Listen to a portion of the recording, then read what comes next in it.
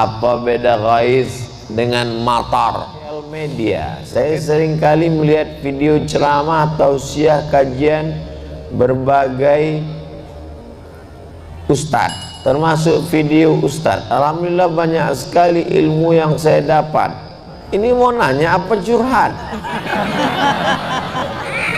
Tapi ayah saya pernah berkata kalau belajar itu ada gurunya. Bagaimana caranya kita membayar hutang? Ya bayar aja. Kalau orangnya sudah tidak tahu kemana, tanya Google. Dengan siapa membayarnya Pak Ustadz? Atau dilupakan aja?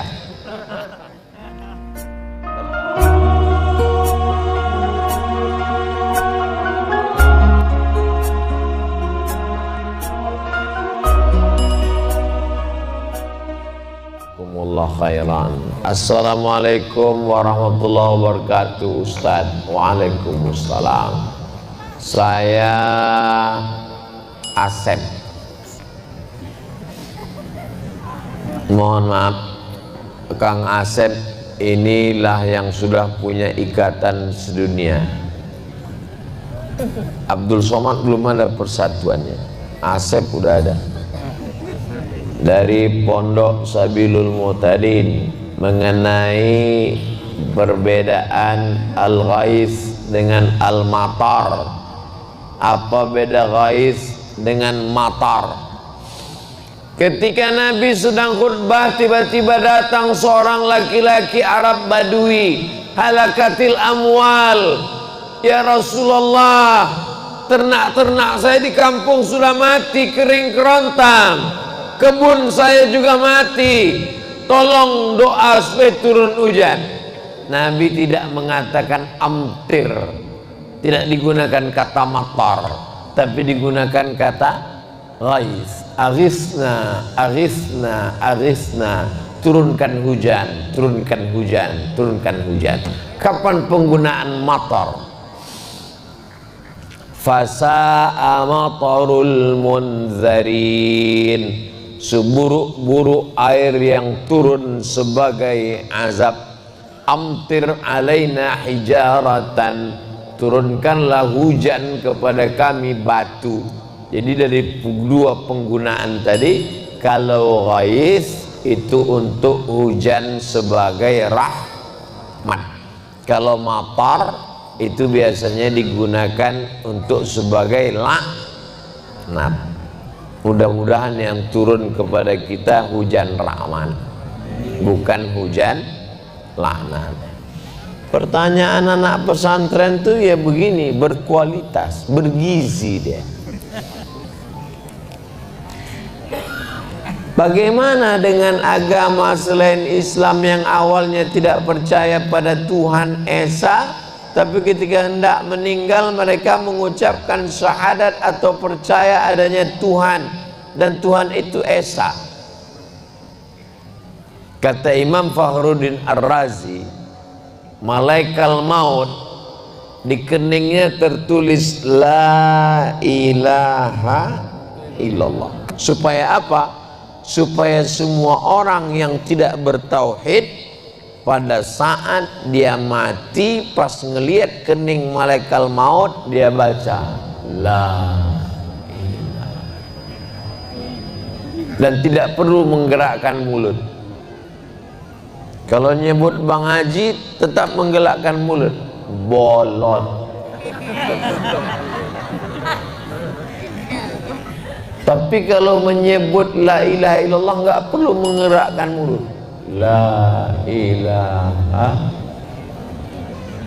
Kenapa? Karena saat sakaratul maut itu berat. Maka ditulis, saking inginnya Allah, wala tamutunna illa wa antum, jangan mati melainkan dalam keadaan muslim. Makanya ketika sholat kita katakan inna salati wa nusuki wa mahyaya wa mamati lillahi rabbil alamin la syarika lahu wa bidzalika umirtu wa ana minal, saya ingin mati muslim. Tapi kenapa kalau mati muslim, kenapa orang muslim itu mesti bersyahadat disaksikan orang ramai di masjid?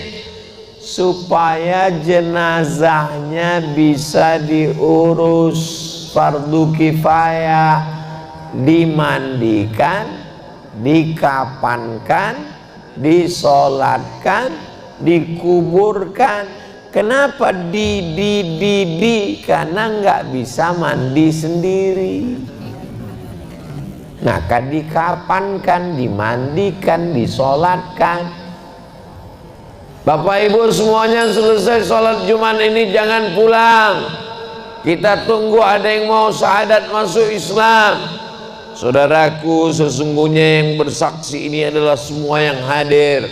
Gunanya untuk apa? Kalau tiba-tiba dia mati, jenazahnya jangan diurus keluarganya, tapi diurus umat Islam. Kalau sudah masuk Islam, jangan cuma dikasih kain sarung, tapi dimasukkan dalam mu'allaf center supaya dikontrol ibadahnya. Saya kalau mensyahadatkan orang, saya nanya, ini yang bertanggung jawab nemanin dia ngaji siapa? Jangan sampai dia rusak akidah. Kita bertanggung jawab di hadapan Allah Subhanahu wa taala.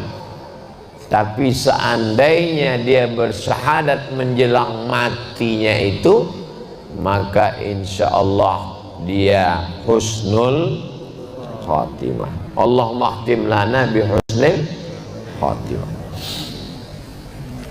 Ustadz, gimana supaya kita husnul khatimah? Istiqomah. Gimana supaya kita istiqomah? Berjamaah. Apa nama jamaahnya? MPP. Setelah berjamaah, insya Allah istiqomah. Kalau sudah istiqomah, pasti husnul khatimah. Apa nama jamaahnya? Sabilul Muhtadin. Apa nama jamaahnya? Bikers subuhan. Zuhur nggak sholat, salah. Assalamualaikum WRWB warahmatullahi wabarakatuh. Ustaz, semoga Allah SWT subhanahu wa ta'ala selalu memberikan kesehatan dan dilancarkan segala rezekinya hingga akhir hayat, amin. Saya ingin tanya, sekarang zamannya sosial media. Saya sering kali melihat video ceramah, tausiah, kajian berbagai ustadz, termasuk video ustadz. Alhamdulillah banyak sekali ilmu yang saya dapat. Ini mau nanya apa curhat? Tapi ayah saya pernah berkata kalau belajar itu ada gurunya. Loh, kalau nonton ceramah Ustaz Abdul Somad itu ada apa enggak ada? Ada kan? Saya yakin yang hadir malam ini ingin memastikan bahwa Abdul Somad itu ada di alam nyata. Jangan ngaji orangnya enggak ada. Ustaz Adi Hidayat itu ada? Ada. Gus Baha itu ada? Ada. Buya Yahya itu ada? Ada. Ngajilah yang orangnya ada. Upin Ipin ada? Saya belum ketemu. Tapi saya bilang katanya belajar agama itu harus ada gurunya, harus bersanad untuk dipertanggungjawabkan kelak. Kalau kata gurunya, saya ijazahkan kitab yang saya kaji ini kepada kamu semua, maka walaupun melalui YouTube ijazahnya diterima. Maka kita bilang qabiltu ajaztukum jami'a marwiyati wa muallafati wa muhadarati aku ijazahkan semua ilmu-ilmu yang selama ini kuajarkan, semua kitab-kitab yang kutulis, semua ceramah-ceramah, tausiah-tausiah, zikir-zikir, hadis-hadis, ijazah ammah. Jawabannya qabiltu, aku terima. Bagaimana hukumnya atau pendapat Ustaz tentang hal tersebut? Iya, mesti berguru, gurunya mesti ada, dan gurunya mesti ahlus sunnah wal jamaah. Jangan berguru kepada Syiah, jangan berguru kepada Khawarij, jangan berguru kepada Murji'ah, jangan berguru kepada sekuler, jangan berguru kepada liberal, jangan berguru kepada agnostik, jangan berguru kepada ateis. 3, akidahnya ahlus sunnah wal jamaah, fikihnya bermazhab. Kita di Indonesia mazhab Syafi'i dengan tetap menghormati mazhab Hanafi, Maliki dan Hambali. Bertasawuf, berakhlak sunni, bukan falsafi, seperti Imam Junaid al-Baghdadi dan Imam al-Ghazali, Ihya Ulumuddin. Para habaib kita, dari Habib Umar bin Hafiz yang ada sekarang sampailah kepada para habaib kita yang ada di Indonesia ini. 3, akidahnya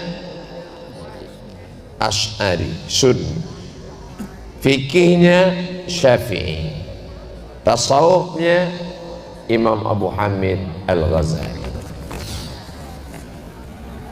Satu lagi Pak Ustaz, ya, saya ada orang yang memiliki hobi olahraga pencak silat.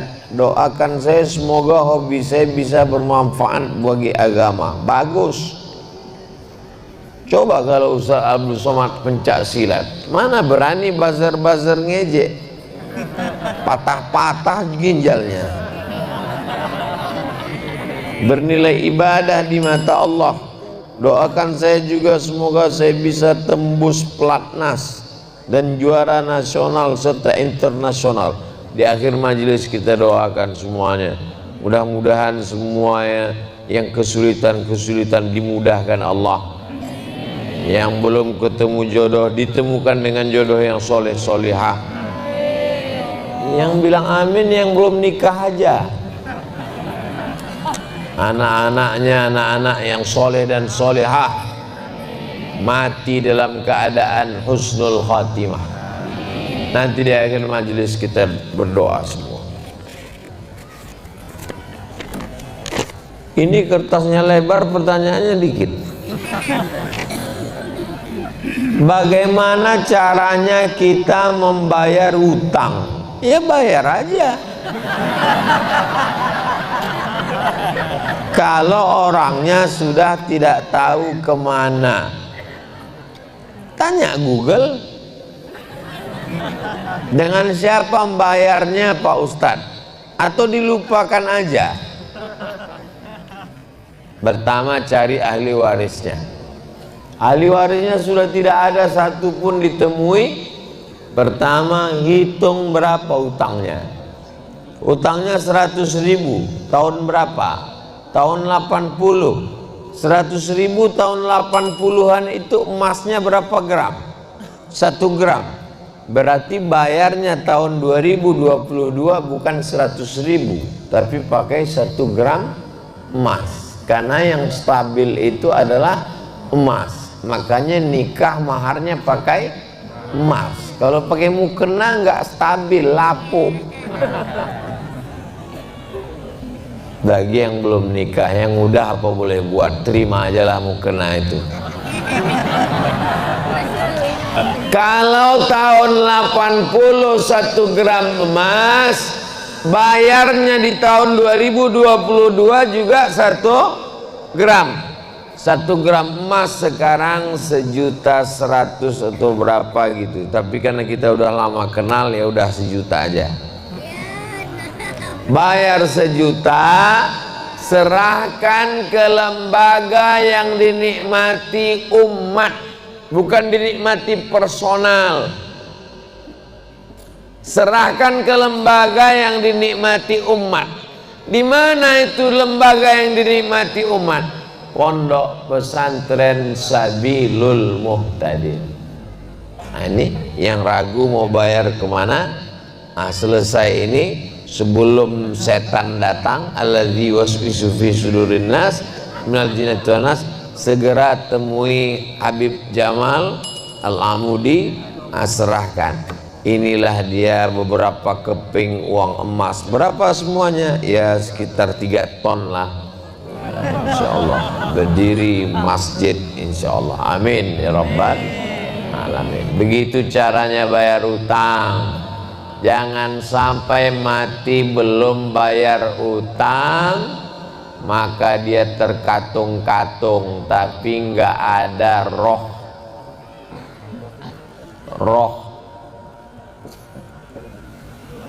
apa nama istilah roh? Roh gentayangan dalam Islam nggak ada, guys. Inna lillahi wa inna ilaihi raji'un. Jangan nanti mana tahu ada orang di Pandeglang kerasukan setelah Abdul Somad meninggal di Riau. Oh, dipanggil sama Habib. Assalamualaikum.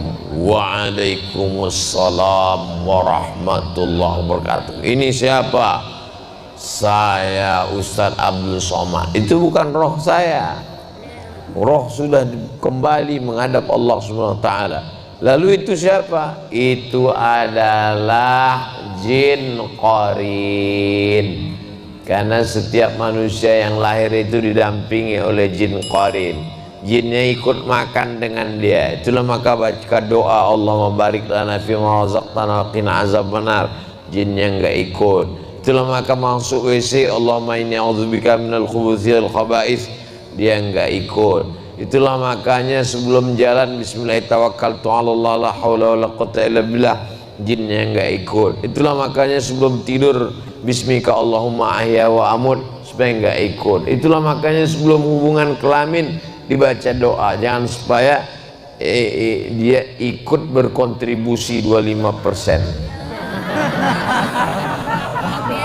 Nah, kitanya mati, jin qarinnya nggak mati, dan dia ikut dulu perjalanan dakwah Abdul Somad itu. Ketika ditanya, kalau memang betul kamu Abdul Somad, di manakah kamu pada malam 18-19 Agustus? Saya sedang berada bersama MPP di majelis pesantren Sabilul Muhtadin. Ini Ustaz Somad? Bukan. Kalau orang berilmu dia tahu ini adalah jin qarin yang belum mati. Orangnya sudah mati tapi dia tetap hidup. Nah, mudah-mudahan kita dijaga dari gangguan-gangguan ini insyaallah. Ala hazihi niyya.